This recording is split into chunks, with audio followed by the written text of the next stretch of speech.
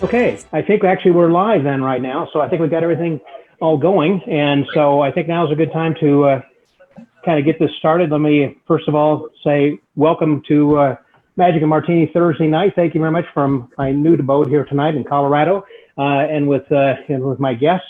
First of all, over here that Steve Sabo. Steve's over there from California. Hey there, Steve. Hi, how are you? Fine. That's Happy me. Thursday to you, sir. We're Where out in here in, California? Los Angeles or whereabouts? It's halfway between LA and San Francisco, so it's in the wine country. Oh, beautiful. Cheers. It's halfway between Pinot Noir country. If you ever saw the movie Sideways, it's right near there. Yeah. A lot of Pinot Noir, a lot of other wine. Beach City, cool. Farm City. And let me see. And tonight we're going to be talking then also with you because you have a military background. We're going to talk a little bit about some things that you've done also in doing some magic and also kind of getting involved in magic and a really avid hobbyist and some of the organizations you belong to. And then also we have with us then Mark and Sue Holstein. Hello, Mark. Hey, Sue. Glad you guys are here. Hey, Scott. Great to see you. It's been too long. Cheers. Cheers. Everybody. It has been to you as well. Cheers to you. Glad that you're here. That Mark and Sue have actually do a show together that she assists him or vice versa. I'm not quite sure. And Mark has been the stage manager at the Abbott's Get Together for 35 plus years. Right. And also had performed on the Bozo Circus up in Chicago and was a close personal friend then with Marshall Brodeen and just a lot of other things that we could talk about then with him. And then finally over here from Las Vegas, just winging his way in from Laughlin, Nevada. Here he is in Las Vegas, my buddy and my son. Hey there, Murray. How you doing? How you doing? Well, cheers. I'm drinking wine just because I'm just too young for martinis. I'm okay. Well, let's all raise our glass over here right now. Thank you guys very much for joining us on a Thursday night, and cheers to all of you and to the ones who are listening and watching then right now too. To good health. Exactly. Yeah, for real. Let me just real quickly see who all is here that is joining us from Chicago. Looks like Tim Balster says hello. Susan Lewin and Nick and Sue are watching. Hey, guys. Declan McMahon is watching, and Ron Stick says hi, Scott and gang. Brian McGraw from Virginia. Greetings. Ron Stick is in Maryland. And then Jeffrey Sterling from Massachusetts. So we got a few people who are already joining us. And so we got close to about 50 people here right now. And I know that because Murray's got a few people, I think you said that on your social, Dave Elliott just joined us also. Yeah. You said you have how many people on your Facebook page then, Murray? I have 700,000 followers and over, I think it's 380,000 likes or something like that on that page. So it's good. Wow. It's all right. But that's nothing compared to your YouTube. No. My YouTube has 1.7 million subscribers. And then my TikTok, which I just started a little while ago, just hit 420,000 followers. And so there you go. On TikTok? Yes. Yeah, but I only have 5 friends, so it's really strange. They watch him over and over and over. Yeah, exactly. Yeah, me and my mom. That's why I said, Mom, keep watching all day. Let's go level. That's right. That's all you do. Mom, I'll keep paying you. You just kind of keep hitting that button over and over. Right. Over and over, yeah. Well, it's also convenient, I guess, that you've got Danny as your girlfriend, who is a showgirl, and she posts things. And so, that people who like her page are liking yours. So you kind of have a little bit of cross action there, I guess, that kind of helps each person's channel.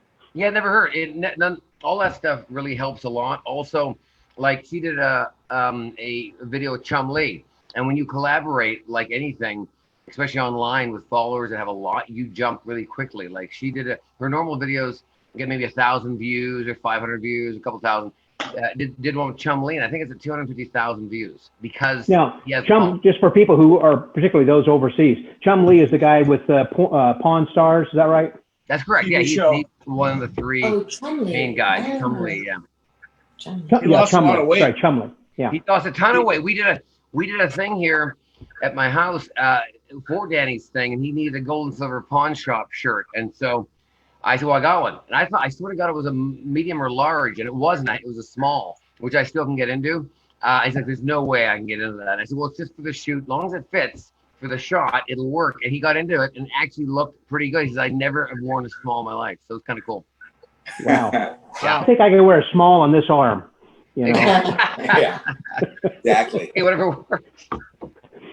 Wow. But over on YouTube, you still are posting things on YouTube, I assume there too, right? Yeah, we do things every once a week still, or once every couple of weeks. YouTube has definitely slowed down a lot, especially with quarantine.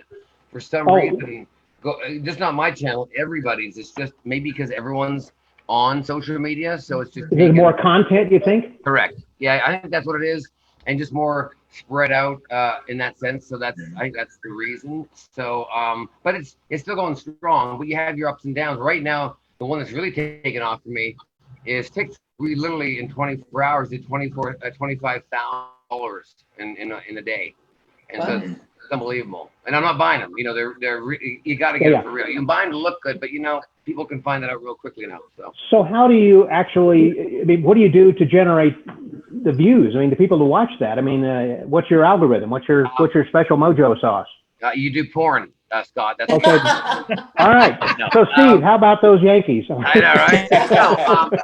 No, what you do is you really learn the algorithms. You learn what people like or trending, and ironically, people like a car crash. They really do. You know what I mean? For example, I take a picture of my dog. It was a rescue dog, and I put it on Instagram, and it gets 80 likes. And I get a picture of me almost wearing nothing, and it gets. So that's girlfriend. So that's just the way people like to see things that aren't normal, that aren't you see every day. You know what I mean? So that's they're not fully clothed. Yeah. Well, whatever, or a trick that takes it out of the world. My biggest thing on YouTube was managing a champagne bottle. We've all done it. It's been around for years. And my YouTube guy, it wasn't my idea. My YouTube guy said, let's just do it in front of a cop, pretend you're drinking, which is something you get caught for, and then just make it disappear. And by making it a much more commercial and setup with a cop, it did over 110 million views. And that took over years, Wow, great. So, so if I did that in my show and videotaped it, right, with the nice curtains or whatever, and put it up online, I might get 2,000 views. So it's just that added risk of getting arrested that everybody wants to watch it. Exactly. That's how it works. Yeah. And it's not something you should be doing. It's taboo. So I think we're going to do that Scott in a few. We're going to see Scott in a few minutes vanish all those Nielsen bottles behind him. Perfect. I can't wait. Yeah. I'm so glad that Loopy had just sent these group of bottles, to me. You have to do it partially clothed. Yeah. First of all, I got to take off my shirt. Yeah. For each bottle that I make disappear, it's got to be stripped bottle. So it says strip poker. Hey, now you're getting the hang of it. You need a white beater T-shirt and a cop standing in the wings. Yeah. There you go. Hey, just real quickly, also a few other people Dave Elliott says howdy, and Nick Lewin says howdy everyone. He says cheers, so cheers to Nick. Sean Clark says hello from Canada. Neil Sayers watching. Phil Turner, Tanner says no cooler guy than Murray. Well, I paid him. Kent Dickinson's watching. Kent Cummins is watching. And speaking of Kent Cummins, that reminds me that I just heard, and for those who are watching over here, there's kind of a little bit of a news flash. That is that different magic conventions have been canceled or postponed, and they just today sent out an email saying that the Texas Association of Magicians convention, typically it's over the Labor Day weekend, meaning it's like the end of August for those overseas, is been canceled. But they're all going to have like a Saturday night, some sort of a live streaming convention. But they were trying to hold on, do the best they can, and they were working with the hotel and try to see if the hotel can do some sort of seating with allowing enough people to come in and everything. And they probably looked at the bottom line and started thinking a lot of people were not going to be attending. They're going to lose money because of the attendance. Steve, you going to say something? Did you all hear that the FISM 2021 in July is canceled too because they weren't able to have all the European countries and the North American weren't able to have their tryouts. That was the issue. In fact, I've got an upcoming eback about they pushed trying it back out another year. until 21. I think the only 22. Yeah, 22. Yeah. Sorry. The only convention I think that hasn't canceled yet is the Houdini convention in Wisconsin. I think every other convention is canceled for the year. Now that's the same weekend as the TAOM, isn't it? It used to be, Scott, but I think if I remember correctly, they're doing it a little bit later in the year now. So they're going to have it like later in September, October? Yeah, I think that's what I saw, but who knows? I mean, all we know is they haven't canceled it yet. Right. Well, I've got on the website for the Magic Word podcast that you can click on something that goes to the convention guide. And I try to keep that updated. And as people will notify me that things have been postponed, then I'll give the new date that they tell me. But if I don't know, then I don't know. But I really Right. try to be conscious, on that. Yeah. Well, thanks for So, organizing that for all of us. Yeah, well, thank you. I mean, you're welcome. Have you had any? I know, Murray, you've been working a lot of places. Now, you were just returning from Laughlin. What were you doing in Laughlin, Nevada? Honest to God, I was just relaxing. Me and Danny, like to get away and do a staycation. A staycation's usually a little closer to home, but it's an hour and 10 minutes away. It's the river. It's the river that divides Arizona and Nevada, and there's about 9 casinos down there. And all my friends, is America's Got Talent guy, and Michael Grimm, who won AGT and all that, and a bunch of dancers from all the shows and Danny's shows. She's in Crazy Girls at Planet Hollywood. I said, hey, me and Danny are going down. We bring the dogs, and we kind of rent a boat and go on the river for a couple days. And so I just kind of put out to all my friends, you guys want to come down? It's easy, and it's an hour from Vegas. And because we're all off and there's not one show, we had to turn out about 15 or 20 people down. And we can never get this group together, you know what I mean? Because we're always working. Right, all working. So yeah, so it was nice. We just literally just pulled back. I left there exactly to pull into my driveway at like 4:45 my time to get on here. So it's just the way I do things. So Yeah, no, I know that you're one of the busiest and hardest working guys in show business. Everything that you're doing and helping so many other organizations and people and everything. That's it's amazing. Yeah, I try. I think it's important to give back. I think it's important to help a lot and pay it forward. I think it's very important. Yeah, you really do, and I'm so proud that you do. And speaking of which, going back down to Laughlin, that I know that right now that most states are starting to see a spike again in COVID cases, and as a result, most states are either pulling back on, like in Texas, the secondary part of this. They were saying, phase 2, I should say, they're going to pull that back and start closing places again just for takeout. But also more places are requiring masks only. Did you notice when you were down there, everybody's wearing masks, Murray? Yeah, well, it's funny that you mentioned this because we just went through this. We were there. We got there on Monday, and Monday's fine. You can wear a mask. You don't have to wear a mask. Your choice, kind of thing. And then literally, I went out to my car on Wednesday morning to grab something. I forget, it was a dog's leash or some damn thing. And I walked back in, and literally 2 security guards stopped me, and were like, "Excuse me, you need a mask. You can't come in here. You need." And I'm like, I said, I literally just walked out. I'm like, it was unbelievable. It was like the Berlin Wall. I'm like, what? And I guess Sisolak, as our governor, passed a law literally at like 11:59, and I walked out at 11:58, and then they passed the damn law at 11:59. Everyone in the casino for Caesar's Properties, and Caesar's Properties owns Paris Hotel, Harris, and a bunch. Right. That everyone has to have a mask on. That's just the way it is. And so now everyone in Nevada, like New Mexico and many other states, and I think LA, is mandatory now to wear a mask in any public area. Well, in Nevada also, they opened up the casinos, and I heard like on the poker tables, there are only like 3 people on the table or something. They're spacing them out. Yeah, they spread it out, where they have a divider or something like that, So it's something you got to really be cautious with, I think, and I don't know. I got a lot of opinions on what's going on and everything, and I just hope we get through this and we get back on track. We will. In 5 years from now, we'll be looking back, talking about, when I was a magician. No, when this all happened, and it'll be a great story, and we'll get through this. Like anything. Well, now I understand that James Samir is going to be starting back his show at the Mint soon. That's right. Isn't he? Yeah, I just talked to him today. I think he'll be there. I think in a few weeks, right? July something. July something. Yeah. Yeah. So, you take precautions, but I think he said he's going to move the tables out further or something. Yes. Yeah. They're going to be in the parking lot and he'll be inside. So it's going to be great. Really nice. Kind of a drive-by, kind of like a Las Vegas wedding. That's right. Exactly. So no, I understood he wasn't going to be doing anything with audience participation. He wasn't bringing people up on stage. In other words, he would have people sitting at the tables, which would be spread out a little bit more, and they can kind of watch what he's doing. Yeah. I mean, and I always look at this. People always say, what are you going to do? And I've never been one to get upset about anything like this. Not even like this. That's what it is. And I've always been the type person to go, well, it's not what happens to you. We always have stuff happen to us. We get shit on our whole lives at times, but it's how we react. And that's the power we have.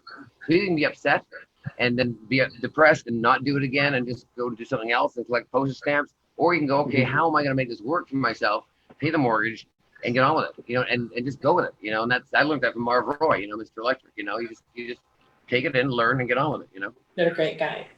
Good natural segue because what's the latest on Marvin, Murray? I talked to Dale Hyman a little while ago, and he's not in the best of places. You know what I mean? He's in hospice now. The stroke hit him pretty hard. So my opinion, 'cause I know him very well. I don't, I hope to God he'll be around for another 5 years, 10 years. But I have a feeling we may lose him in the next week or two. So Yeah. Next week or two. yeah, Mm. if that, and I'm being generous, I believe. You know what I mean? So I Is can't. he 94 or 96? 95. 5. Yeah, April 1st is his birthday. Yeah. Wow. So 95 years is pretty amazing. If I make 75, I'll be happy. Now, Mark, you and Sue are really good friends, of course, then with Marshall Brodeen. And We were. how long did he live? How old was he? He was 84. And he died really of Alzheimer's, right? He did. That's right. Mhm. He'd been in a memory care facility for 4 years, 5 years. 5 years before he passed away. And he'd been diagnosed 5 probably 10 years prior to his death. Mary did Mhm. everything that she could to keep him at home for as long as she could. Yeah. So anyway, yeah, he passed away last March. And, he was in a really great facility. They took wonderful care of him. And, we talk to Mary all the time. And I think we've all agreed that we're really glad he's not having to go through this COVID period. Oh, boy. Yeah. And Mary. so, and Mary as Mary. well, because she'd be separated from him. We talked to Lupe after she put Norm in the facility. And of course, she couldn't go look at the place. She had to put him in kind of sight unseen and then couldn't go visit him. And you think about the end of their married lives together, separated, and not being able to be together. I'm so glad that Mary Marshall didn't have to go through that. Yeah, it's horrible with the Alzheimer's. And Yeah. I always sit back and go, I always just pray the fact that I hope whenever that time comes, when you don't know your own children, wife, and that it's time to go. That's it. Yeah. It's a quality of life. I will say, I'll say this about Marshall. He retained his personality until the very end, even though he couldn't remember anything. That sort of mischievous twinkle, it was always there. Yeah. He'd make jokes. Sometimes they didn't make sense, but that was just fine. And every so often, we took him to lunch about 6 months before he passed away. And we're driving down the street to the restaurant, and we pass a theater that he and I had done a benefit in 15 years earlier. And just out of the blue, he says, we did a show there. And Wow. he remembered one or two details that were absolutely right. So it's such a mysterious disease. It is. Yeah. Because beyond that, he had no idea what was going on or where you were going, but all of a sudden that one thing clicked. That's exactly right. Yeah. And it was really a special moment because it was spot on. But that's how that disease works. It's the wiring in your brain gets screwed up, but every so often something fires. And I remember Mary telling me too that, closer towards the end, there's a restlessness that can come with this disease. And so he was doing a rope routine. And so one of the aides had given him a dog's rope toy, and they took the ropes apart, and Marshall was actually doing the rope routine. Some of his words were not, legible or not legible. Yeah, you couldn't You couldn't understand. understand Understandable. Yeah. Kind of like me right now. But he was going through. Have another drink. Going through the routine and some of the patter, and you could hear the timbre of the routine, which was really cool. Isn't that amazing that his brain has that so imprinted on there that he remembers that? Absolutely. Stuff? Yeah. I mean, that's just great. I have a grandmother that's 102 years old, and Wow. same thing with her. She Wow. remembers stuff from years ago, but she can't remember what happened 5 minutes ago. Yeah. Yeah. Yeah, So it's scary. speaking- Such a speaking- horrible disease. No, go on. I was going to say, speaking of memory, hi puppy. Ours is crashed out on the floor, and he's not quite a lap dog. Speaking of memory, we've been participating in the wonderful Sunday evenings that David, Sandy, and Lance are doing. And their question about Ask Adele, I don't have her memory now. At 59 years old, she is so sharp. Remembers every detail. The clarity is just amazing. I mean, You want to explain who Adele is? Oh, sorry. So Adele is the mascot moth. She was one of Harry Blackstone Sr.'s assistants. And after she left the show, she completely fell out of magic.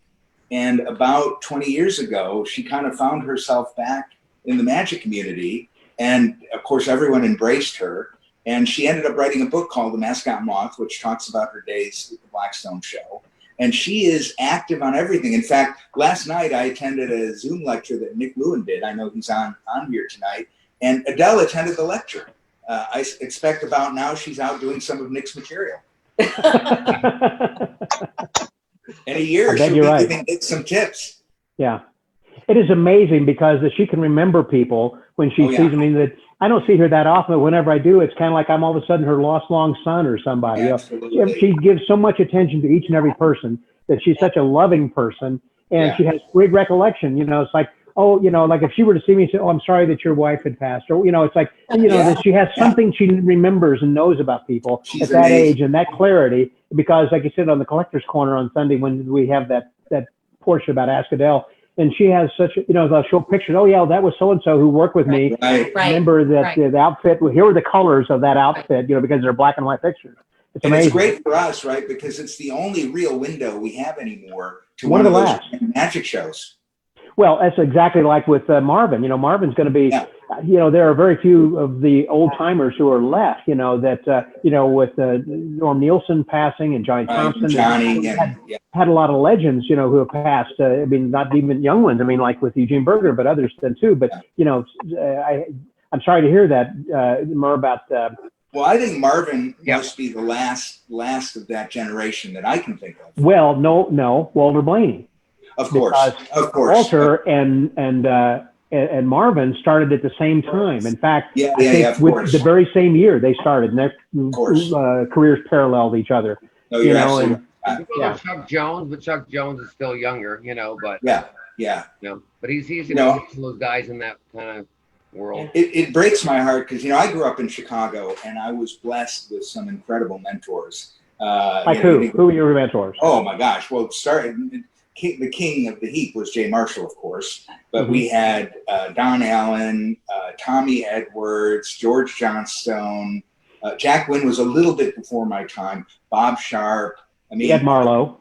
I wasn't a card guy, so Marlowe, I wasn't in that circle, but Jim Ryan, John Shirley. I mean, it just goes, Diet Blue, of course, Marshall Brodeen. Tommy Edwards. Tommy Edwards. I'm sure I'm forgetting somebody. And these were the people I grew up with. And, you know, it was just a spectacular time. Did you go to the Chicago Round Table? No, that was a little before my time. I heard stories about it. And Dorney, I didn't mention Dorney, but Dorney, of course, was an important part of our lives. And, you know that Trixie Bond's father, Charlie, was a member of the Chicago Round Table? We've talked, absolutely, I know that. And Dorney was one of the organizers of the Round Table. So, that was a little before my time. I think that ended somewhere around the early 70s. So I was still just a kid. So you're old, but not really old. Not really old, Not quite old as dirt yet. Well, you were old enough to have worked on the Bozo show. That's something. So So here, you know, the best part of that was I did the show several times, as did many Chicago magicians. I know Tim Baltzer's on tonight, and Tim did that show many, many times. But the real thrill was they decided, so the show was on at noon when I was a kid, and you'd run home from school at lunch to watch the show and then run back. And then they moved it to a morning slot. And then ultimately they turned it into an educational program to try to protect it from being canceled. Well, the punchline is the show lasted for 40 years. It was the longest running children's television show ever. And to kind of put in perspective for somebody who's not from Chicago, the show was so popular that when women got pregnant, they would write to WGN for studio tickets, hoping they'd get some before the kid graduated from high school. And they did a live appearance on the lakefront. Should interrupt and say, usually the tickets would arrive when the child was about 7 or 8 years old. Rarely before that amount of time. There was such a backlog. They did a live show on the lakefront in Chicago, and they had over 1 million people show up. So that's the kind of phenomenon it was in Chicago. When they finally decided to end it, they were going to do a 2-hour kind of celebration of the show. And Marshall wasn't going to do it. He was tired of putting on again, to explain to everybody, Marshall Brodeen actually was one of the regulars as Wizzo the Wizard. As Wizzo, the wacky wizard, And so Marshall didn't want to do it. He didn't want to do it. And I see that out in L.A. Yeah. You had that in LA? You saw that WLS out there? Well, the Bozo show.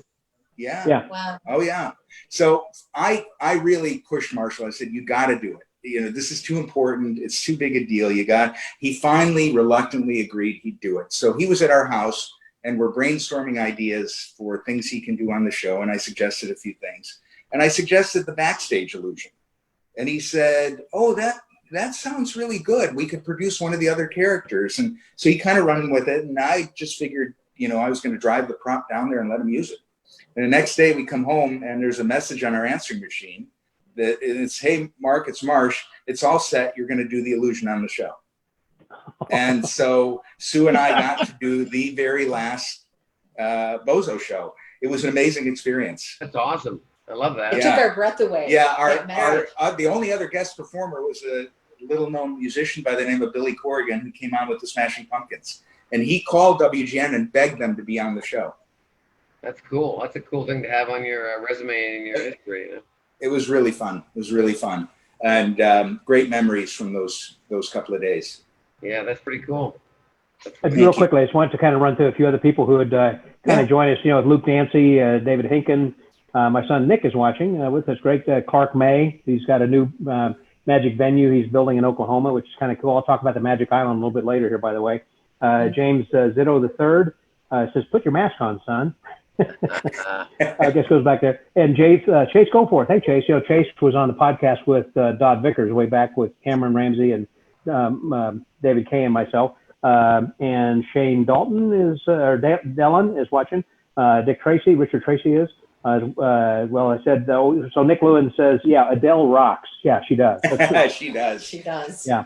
And Susan says, hi, y'all from Austin. Eric Schmidt says, so many classics, but not forgotten. Patrick Thurns is watching. Hey, Sir Patrick, he's out there. Then Eric Stevens, so many classics lost, but not forgotten. Ron Stick says we had Willard Scott. Wasn't Willard Scott also? Was he a bozo also, or was he? Yeah, but not in Chicago. I can't remember what market he was involved with, but you know there were multiple bozo shows, none ever as successful as the one in Chicago. Okay, they had their own clowns. Were they actually called bozo? And others? Yeah, in fact, Marshall Brodeen, ever the entrepreneur, said to me many times, the biggest mistake WGN ever made was to create the bozo character because they had to pay Larry Harmon a licensing fee for the entire 40 years. He was the original bozo. He created the character. And okay. If they had called him something else, it would have been just as good a show, and they would have saved a lot of money. So that's the way. But they even had bozo cartoons that were made. I remember they showed. Yeah, absolutely. But you know, the bozo show in Chicago was about the people who played the characters, and so they really could have called them anything, and it would have been successful. Yeah. Dave Elliott said they got the Bozo Show in Levelland, Texas, all the way, you know, from, of course, WLS stood for World's Largest Station, which was. Well, but this was WGN, and the reason it became national was because it became one of those super stations when cable first started becoming the norm. And WGN was world's greatest newspaper. Yes, I think that's right. The Chicago Tribune. Exactly right. They were owned by the Tribune. Right. Yeah. So it aired. Tell Dave I'm surprised they had televisions in Levelland. But I think you just Touché. did. I think you just did. That's right. Bob Kavoris, who is my buddy with Illusion Vodka, is watching. Anthony Barnhart. Tim Balser says, great story. Thank you very much, Mark, over there. And Murray, thanking people for watching. Ron Stick said he was in D.C. And Tim Balser says, what year anniversary did the Bozo Show and the Shrine Temple occur? The one when Norm floated the piano. Yep, that was the 25th anniversary. With Mayor Washington? Yeah, they actually produced, at that time, the Chicago mayor was Mayor Harold Washington, and they produced him in a mummy cloth kind of thing. Norm did the piano, which was, I think, the only time I've seen it. And it was quite a show on a beautiful stage, that Medina Temple. Sadly, now it's a Macy's furniture store, but that Medina Temple in Chicago is gorgeous. And they closed that show with the biggest pie fight I've ever seen. Yes. The biggest what? Pie fight, pie in the face. Oh, pie fight. Yeah. They had hundreds of pies, and everybody in the show threw pies at each other. It was really pretty cool. Yeah. That's the way it ended. Yeah. Yes. That was the 25th. Wow. It ended. Wow. The show went 40 years.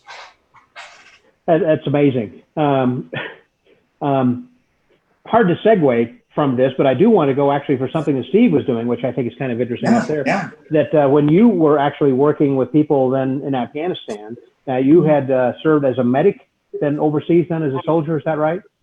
I was a doctor at the major processing hospital in Bagram, Afghanistan. Wow. And so a lot of times I'd fly out on helicopters to sites where they were injured, pick them up, bring them back to the hospital. The surgeons would put them back together. And the next day I would fly them to Germany. Wow. So it sounds kind of like the TV show MASH a little bit. So they kind of had that. It was.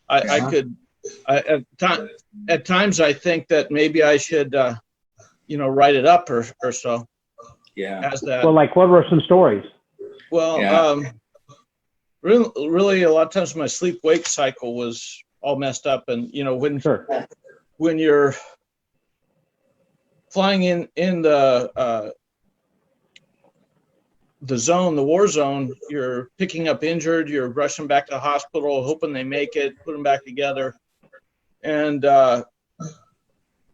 sometimes the middle of the night, the next night, or whenever we would fly them back to Germany, and you'd have to keep them alive. We'd have an anesthesiologist, or I'd be there watching the monitor, and we'd have to do, CPR, restart their heart if they're having problems. Sometimes they're really walking wounded. They're, either acting crazy or really are mentally ill. PTSD. Yeah, and we'd have to calm them down with some Ativan or Valium and all that. Very stressful, but I tell you, magic helped me with a lot of that, because you'd either have a real busy night or not so busy night. All depended on when the natives were restless or not. And I could dive into my, Tarbell or whatever I had there available, and I'd pick out a few good tricks. And the guys that were so worried about, what am I going to do after this? I'm missing a leg or whatever. I would do some magic tricks just to get their mind off their worries, if it was okay with them, my mind off their worries, our worries, and the nurses that took care of them and the other doctors.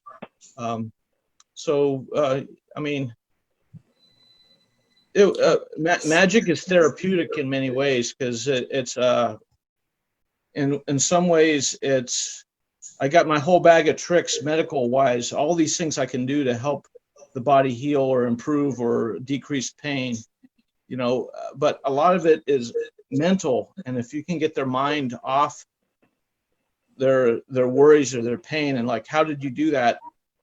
Even if you only had 30 seconds to do it, I would do produce a coin behind a bill or something. They would wait a second. I know I'm not on that much pain relief.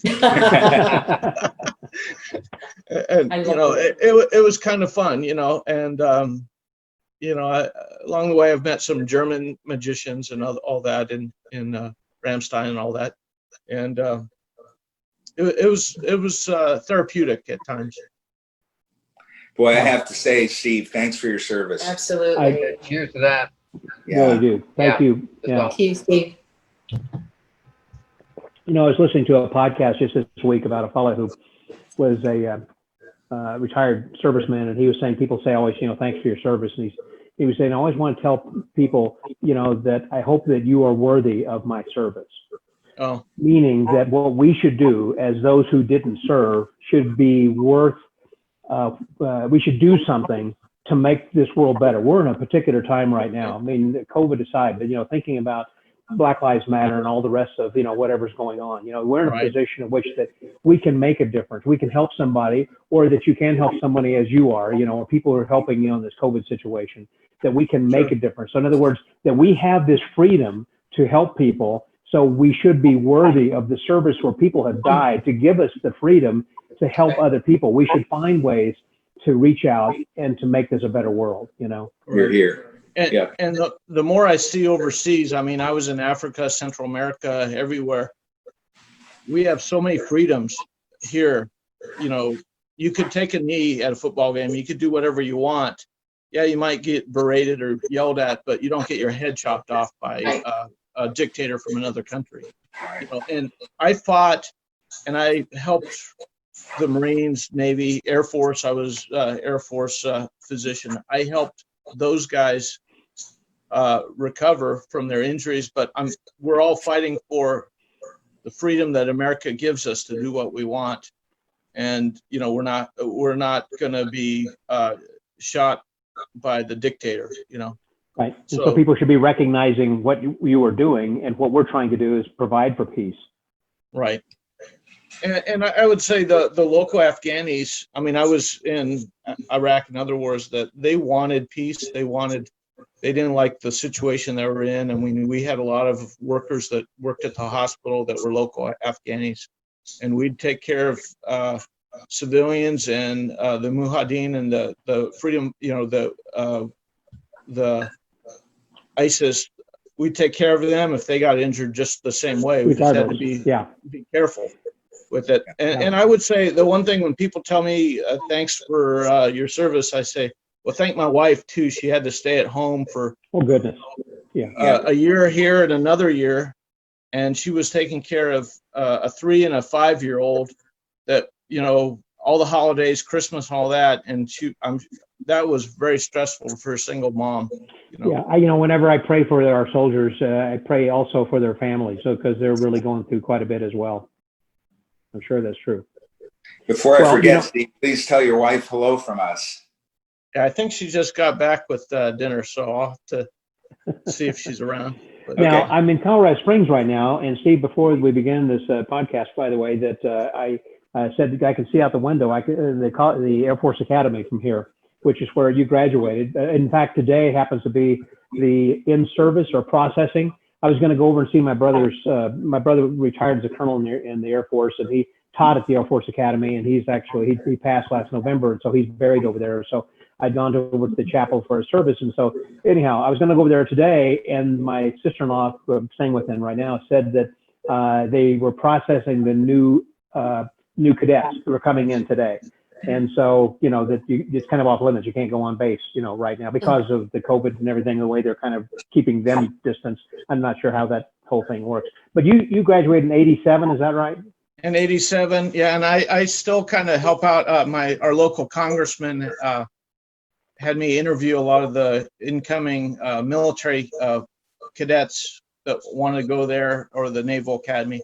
So every congressman only gets like 5 slots of each academy. So these guys are really appreciative and lucky, because they're off to serve their country and be an officer in the military somehow. Yeah, they get a first nominee and 5 alternates. Whenever that I was nominated, I actually was a first alternate. I wasn't a nominee. My brother was a nominee, and so he went straight in. I was a first alternate, and they have to go through all the nominees first, and then if they have any room, they take the first alternate, the second, and they were filled up by the time they got to me. Usually it's 1 per county, 1 area per congressman per year. So freshman, sophomore, just about. So just a couple quick comments that certainly that Dave Elliott thought that was funny, as far as having Bozo got TV in Levelland. Yeah, that's kind of funny over there. So Bob, be patient, you'll get it eventually. Yeah, and then maybe get cable. Then Jason McCullough is watching. Susan said a big hi to Mark and Sue. Love you guys. Mark Jensen's watching. And Mark Jensen, of course, is the one who ended up buying all of Marshall Brodeen's memorabilia over there. We might talk about that for a minute. David Charvet is watching. Hey there, David. And that, Eric Schmidt says magic can heal the soul. Eric Schmidt says, bravo, Steve. So thank you, Steve. And Sean Clark says, right on, Steve. Don Hendricks is watching. Nick Lewin says, they serve who also stay at home. And that's true, too. Yes. Yes. Anyhow, a lot of stuff, kind of going on over there. Murray, during this time, I was going to ask you also, are you still rehearsing? Are you planning on going back with the same show? You got some new ideas? You got some new stuff you're doing? Or what's coming up with the Tropicana with when you kind of get back in the swing of things? I got some new ideas and things. But, I have, 4 hours of material I've worked for the last 35 years. The last thing I need really is more material or more magic, like most of us. So I always look at new premises, like we talked about before, like taking that old trick and putting in a new premise, a new vision for it. I think it's important to go that way. And I've always been one to sell me more than the trick, just because it works for branding, brand deals, and selling myself as not just a magician, but you're hiring Murray, and I've always done that since I was a kid. And I learned that from Marv again, and a lot of other people. But I've worked on a few things for the show where I'm just going to change things a little bit when we do come back. I heard Tropicana's going to open September 1st now. So I'll probably go back the long weekend in September. But my other show where I'm a guest star in, which is at the Luxor, it's called Fantasy, and it's a burlesque show. I mean, it's been there for 20 years now. And I'm the comedy guest act in the show. So supposedly they're opening June 30th, the Luxor, and then July the 15th we're gonna go back. But that's all. It's a moving target. So. Wow. Yeah. June 30th is next week. Yeah. Yeah. So yeah, exactly. And but I'm me. I think I've worked hard in the last 3 months that I've worked when I'm working. Because I've just been that type of person trying to figure out how to keep busy every day. Because I am a workaholic. I love working. I love getting up, having a reason to get up for business or pleasure or whatever the case is. So I've done a lot of PR things. Almost a month ago now, I took a trip out to Oklahoma City to see the Tiger King Zoo. My dear friend Jeff Lowe bought it, so we went out there and we did a YouTube video with him. That was such a trending topic. And that's interesting, by the way. I was going to ask you, I'm glad you brought that up. I saw some pictures that you had taken over there. Now, most of us in the world have seen the Tiger King. That is just amazing. And so, did you know Joe Exotic, or did you just talk to people who were there, or? No, I didn't know Joe Exotic. I mean, in the magic world, animal trainers are close tie-ins. We use everything from elephants to lions, tigers. I've used a bear and a tiger here and there. And so they're the small world, like the magic world, And so Jeff Lowe, who used to live in Vegas here, he bought the place, and he was a dear friend of mine for over 5 years. So the funny thing is, though, I didn't know about it when quarantine started. Tiger King was being blasted everywhere. I'm like, what the hell? What the hell's Tiger King? I don't watch TV. I watch an hour a week. I just don't have time for it. Yeah. So I text Jeff, and I go, hey man, have you heard anything about this Tiger King thing? Because totally naive. I had no idea. So I said, he says, yeah. I said, you watched it? Yeah. I said, well, no. I said, I don't have time to watch stuff. I said, but the guys on it or whatever, it sounds like it's a really trending thing. He says, you really should watch it. I said, well, if I get some time. He said, why, are you in it? He says, well, possibly. I said, well, just damn it, straight up. If you're in it, I'll watch the damn thing. If you're not, no interest. And he's like, yeah, from episode 4, it's basically about me. I said, wait a minute, is that ranch you were talking about 3 years ago you're going to buy? He said, yeah, it's mine now. I'm like, you've got to be kidding me.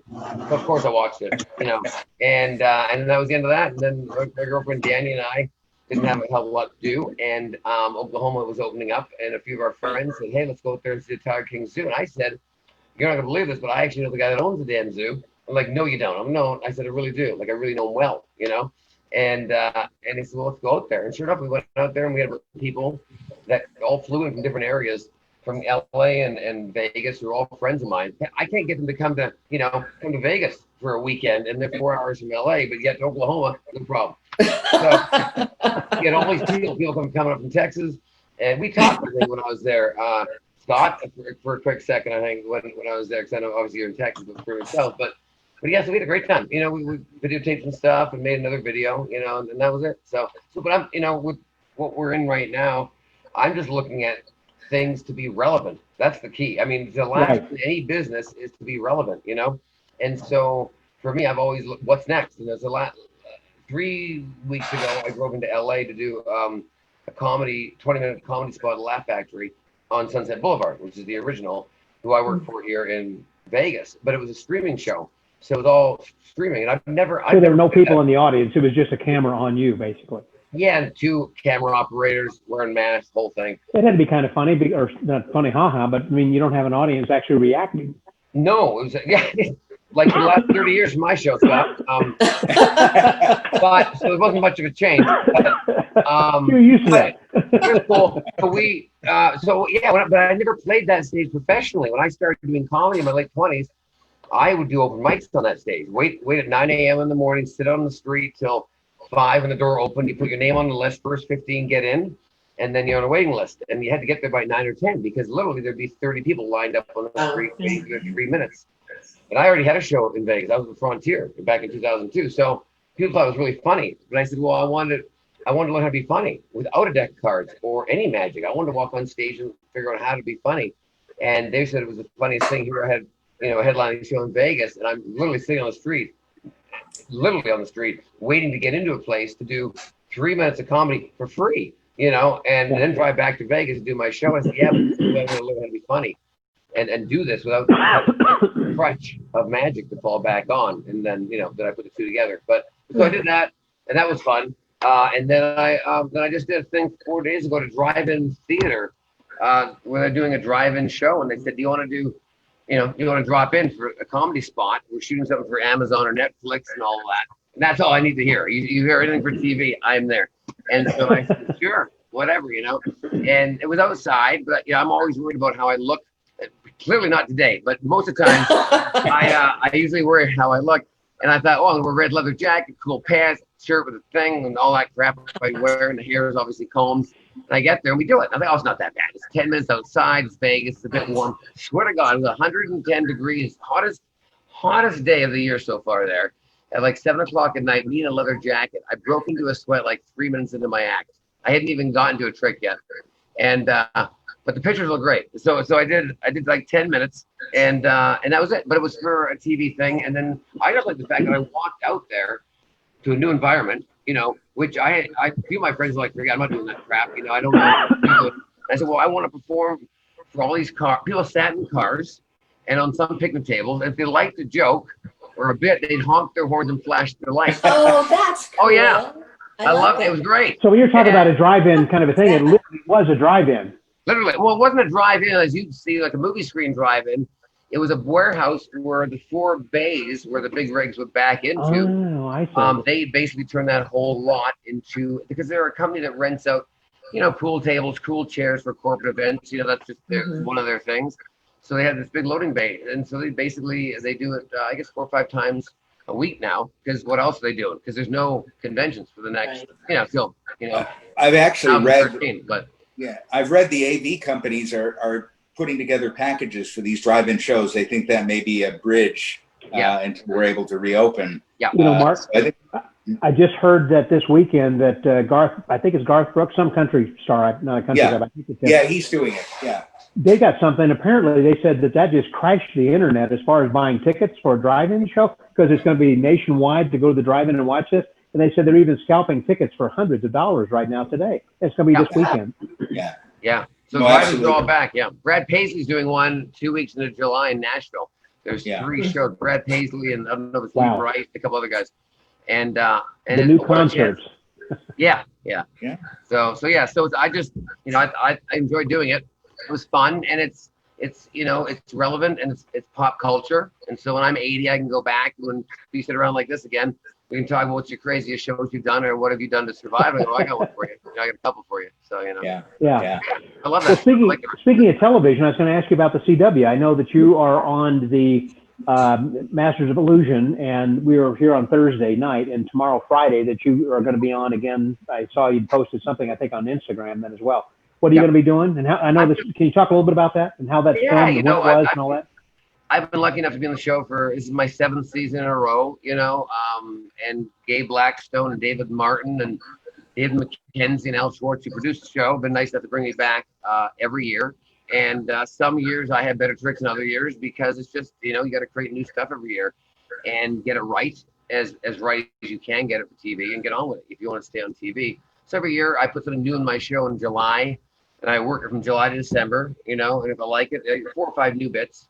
And then I swing then we film in January is usually when we film. So I always work on that. It's kind of a new thing every year I do.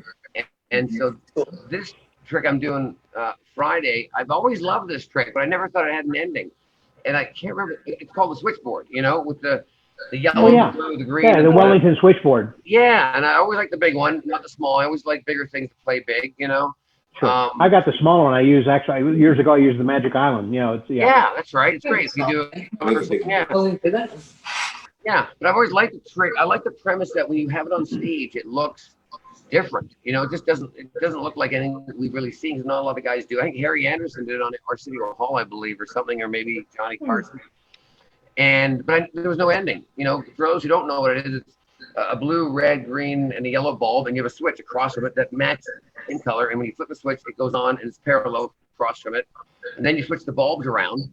And when you switch the bulbs around, the yellow switch will turn on the yellow bulb, which is now over here. And the green will do this. And then you switch the covers of all the switches, and then all the lights light up again. So it's pretty hard to follow. Even as an electrician, it's kind of hard to follow. But I love that was the end.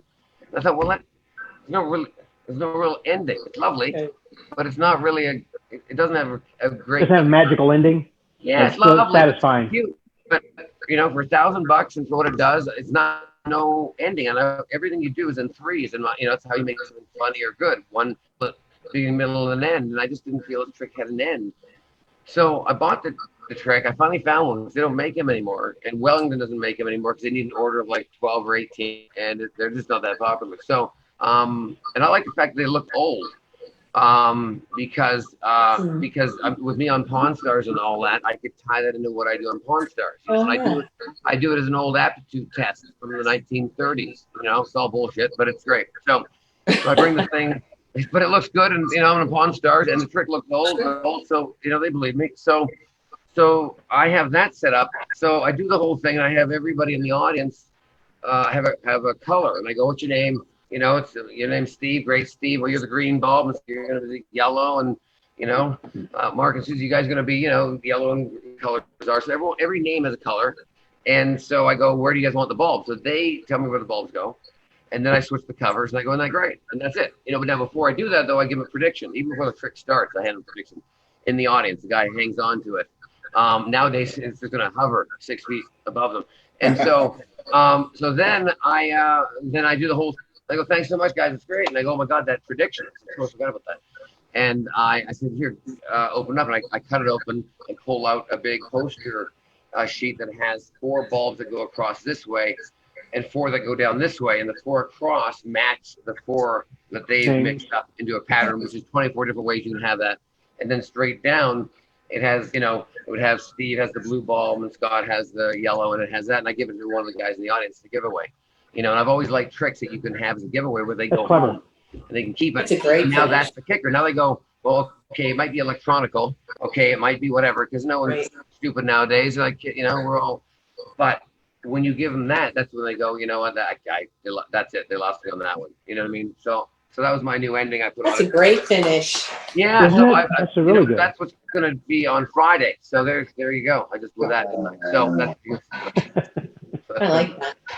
yeah. So I'm anxious to see how it looks, because literally I never did that live until I did the TV show. I got the thing, and I got these a week before, and I practiced it 3 times in my show just so I could see if I can get it right. And I never do things like this usually to take that kind of a risk. Right. So what's funny is I know I'm going to see it tomorrow night and just hate it, because you know I never look at myself on TV and go, I killed it. But I've been doing that now since January, since December. You know, that trick. So Steve, what were you going to say? Oh, I was going to say, Murray, you ought to ask in the audience if anybody's an electrician. Can you come up here and explain and help me with this? Oh, that's cute. Until there is some guy that's smarter than me, and then I'm screwed. You know, so. But yeah, it's right. Yeah, so it's just one of those tricks where I just wanted something to be different. You know, and it's not an opener.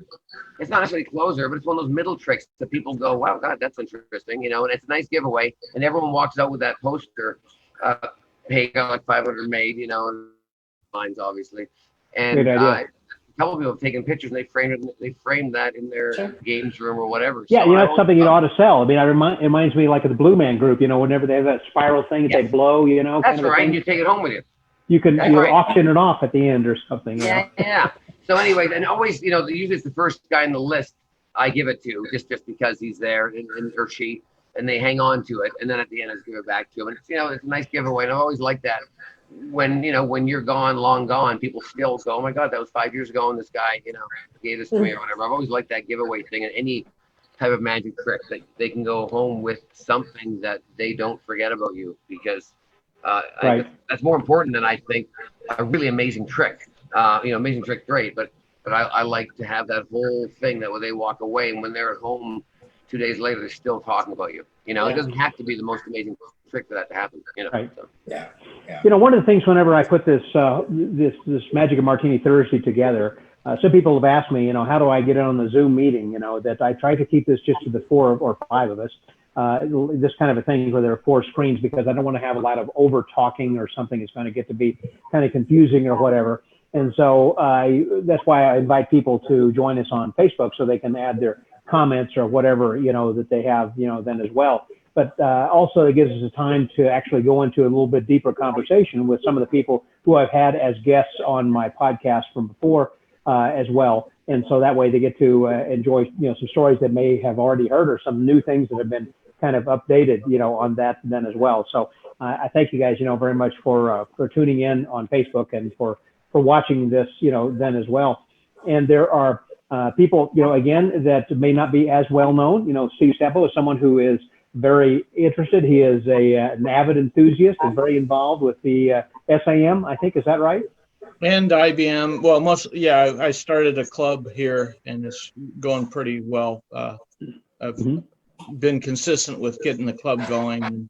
And I can put a little plug besides our club that we're getting in our local area going. There's the Society of American Magicians has that Heroism and Patriotism Award that they gave me, and every year they pick 3 or 4 people to give it to that have served their country. Sean Farquhar received it. A lot of other people from different countries have received it, so it's not necessarily United States or Canada, but it can be other countries too. If you've served your country somehow and you're a magician, well, look on the website. There's the award statement and application and all that. Bill Gleason is in charge of it. I'm his assistant right now. And Bill was involved with the 9/11 trade tower, all that. And it's named after a magician, and it's a really good kind of, it's nice to get awarded by the military. Get more information on that. Yeah, on the website. What's the website? Society of American Magicians website. Oh, it's just SAM, okay. Yeah, and I think it's magicsam.org. Right, correct. And it was nice to be awarded things by the military, but this is kind of be like awarded by your peers, whether you're a paramedic or a firefighter or a police officer. You're awarded by your fellow magicians that you have a common interest in. It's kind of nice.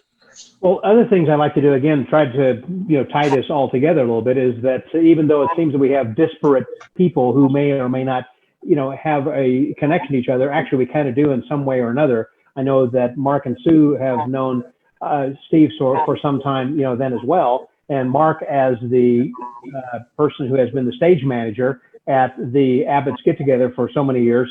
And Murray, you have worked there, so you kind of helped him backstage also. Oh yeah, there's kind of a little tie, among all the people here. Murray may not remember this, but when he came to Abbott's to compete, one of the judges that year was Sue.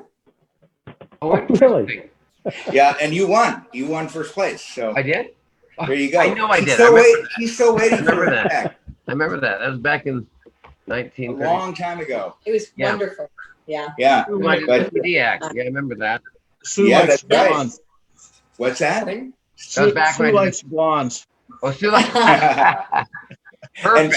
Thank God, because the act wasn't that good. But no, it was. Oh, I thought it was very great. strong. And Steve and Sue and I and Steve's wife, we met on a David Sandy cruise, and there's a great memory from that. Steve, I don't know if you remember this, but David had a contest one night, and they broke us up into teams. And the first half of the contest was magic trivia. Well, it wasn't fair at all because one of our team members was Mike Caveney, and of course, Caveney knows more magic than most of us have forgotten. So we totally slammed the first part of that. And then the second part was they gave you a bag of basically junk, and you had that was fun. Yeah, you had to put together a magic act with that junk. I've done that at my magic club. It's fun. Yeah. And we won that too. All I remember is that we parodied other acts that had appeared at the convention. So we did pretty well on the entertainment points. And then you got measured on how much of the crap you used. And what I remember the most was it came in a plastic bag. And it was like, what are we going to do with the bag? And Sue was in a very elegant dress because it was on a cruise ship at night. And she said, well, I'll wear it on my head. And Cavity said, well, if you don't mind looking like an idiot, that works. So, of course, I put it on my head. Yeah. And turn so around. We won. Yep. Tied little knots in So it was a really fun memory. And that's when we first met Steve and his wife. And we hung out in Houston too. I remember we hung out in Houston after the cruise. We went to the castle. Do you remember who was on stage? The island, Magic Island. Magic Island. I'm sorry. Yeah, we need to hear about the Magic Island. I just remember Steve Bedwell, another doctor went with us, Steve Bedwell. Yeah, but the headliner that night was Oscar Munoz. Oh yes, with the donuts. That's right. I mean, he was an ex-police officer, and he ate so many donuts that he sneezes up a donut. That was great.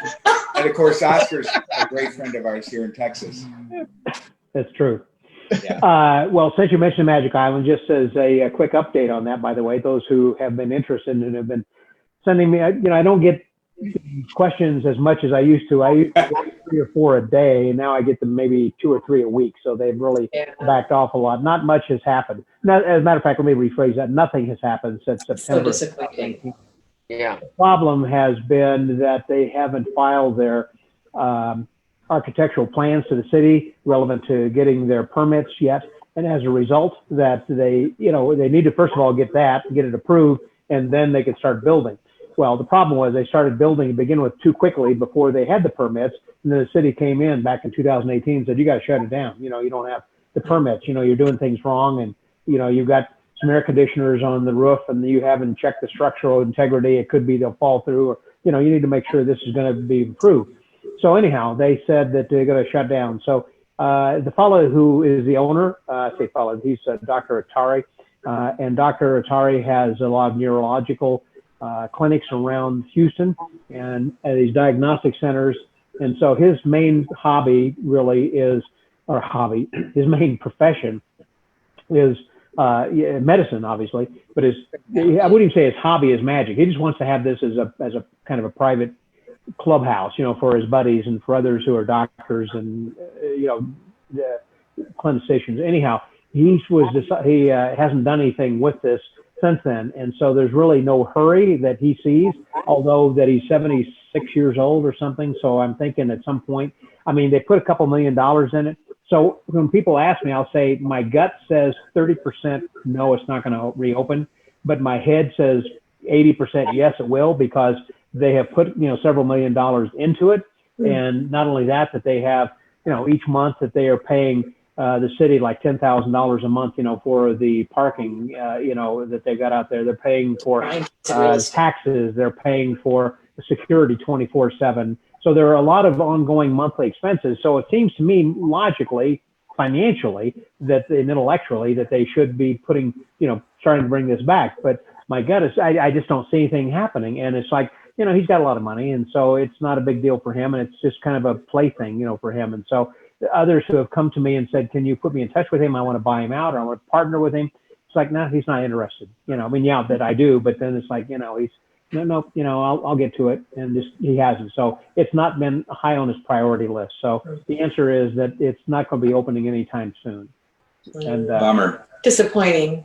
That's true. Just a few things that just to say that let's see, Don Hendricks watching. What do we say? That Ron Sitnick had said, well, Murray, the stage is 20 feet away anyhow. He's talking about, I guess, as far as when you were working in the theaters over there. And Ron Six said, putting a paper bag on your head would be proper now. That's true. It's like a mask. Let me clarify. It wasn't paper. It was plastic. Unlike Matt King, who does that fabulous paper head smash, this is a plastic bag, and I tied little knots in each corner.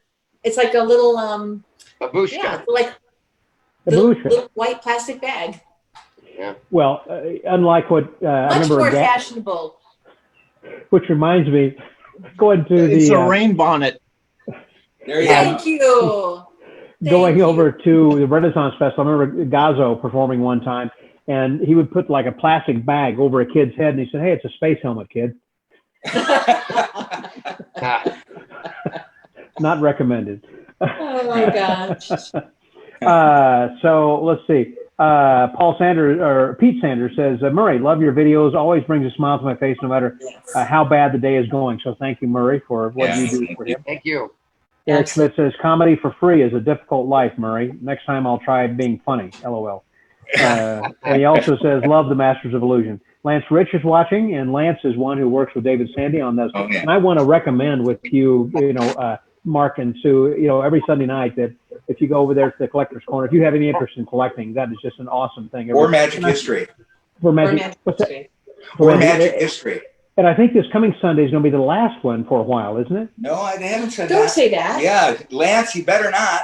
Oh, okay. I thought that they were saying that we're going to do it next week and then kind of take a hiatus for a while. Maybe I misunderstood. Oh, you may know something I don't know, Scott. Okay. I'm okay. Now he's lost all his Maybe Lance. I'm going to text Lance as soon as this is over. I'm going to cry. And so Ron Schneck says, so look forward to seeing your version of this trick. And that is the one we were just talking about with the Wellington lights. Love your video. Sean Clark says, love all your videos, Murray. Ron Sitnick also says the small one didn't play well. That's true. And Erwin Alvarado, do a magic trick. You may got a magic trick they want to do, something that is there. Well, I think somebody here who's eminently qualified to do video magic. Sure, I'll do a trick for you. Here we go. Hang on. I think what's kind of cool is that Murray has been, I don't know how many of you have him as a friend on Instagram or follow him, I should say, because he does like a trick of the day kind of a thing. And it's very good. I mean, and now he's doing them on TikTok. So go ahead, Murray. Yeah, TikTok's great. It's a great medium if you guys want to get on it. And you know what the coolest thing is about TikTok? TikTok is for kids from like 7 to maybe 25. It's a younger thing. But there's a lot of adults on there and actually older people. And I'm telling you right now, the older the person's on TikTok, the funnier it is. And in a good way. Like, it's brilliant. So if I did it, it'd be hilarious. Honest to God, it really is. You know what I mean? Are you saying that old people are funny? Hilarious, actually. Ridiculously funny. Good. Like, That's funny. good. Funny, yeah. Mark, So funny, I would be can't wait till hilarious. I'm 97. Okay. So yeah, it's a very simple trick. Everybody has a ball. One Here we ball. Look at his hand, ball. That's it. Perfect. Watch carefully. This is my hand like this. I'm going to push the ball into my hand. And what is it now? What color is it? Orange. Perfect. Exactly. Square, people. It's a square. This is what kept me out of the army. This is what kept me out of the army. This. That's as good as it gets on a Thursday in Vegas, people. Yeah. Thank you, Al Goshman. Yeah. Exactly. Let me see. So I've got a little kind of a cool thing that many of you are probably familiar with, and that is the where you're going to be having something from nothing, in which that you got nothing to begin with, and you just kind of take a little bit of nothing and drop it in there.